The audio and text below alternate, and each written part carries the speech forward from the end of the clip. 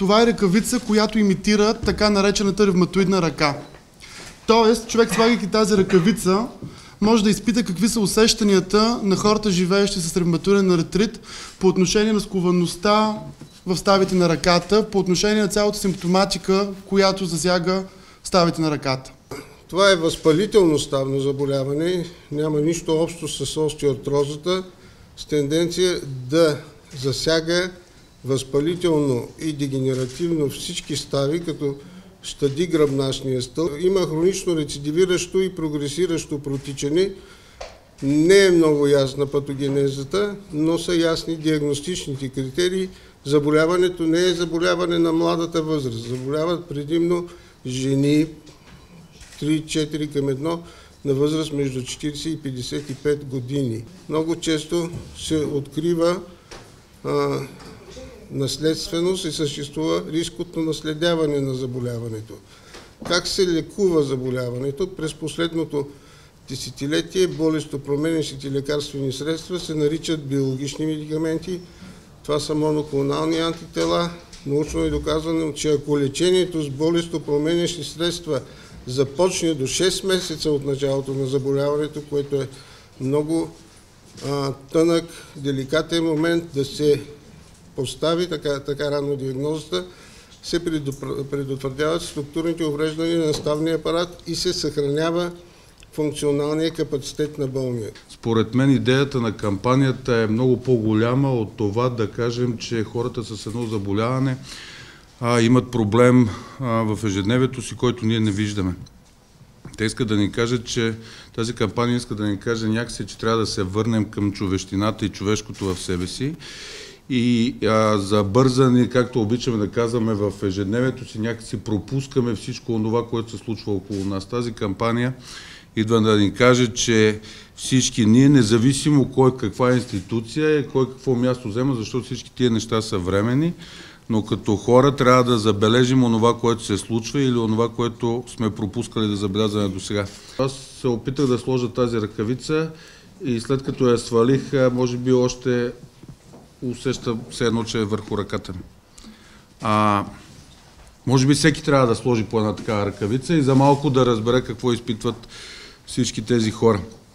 От страна на Министерството на здравеопазването имаме амбицията да работим в тясно сътрудничество с пациентските организации, защото това са хората, които най-добре разбират и изпитват върху себе си всички тези трудности и всички тези неща, които им се случват. Моята младост мина с това заболяване. Това не ми попречи да живея, да се радвам на живота, да отгледам децата си и това да стане мисия и смисъл в моя живот. Сега аз живея с мисълта, че трябва да помагам на хората. Трябва да си изключително силен, да имаш много силна воля да се пребориш с проблем, за да си изградил в себе си такова мислене. Това е рядко. Това е много рядко.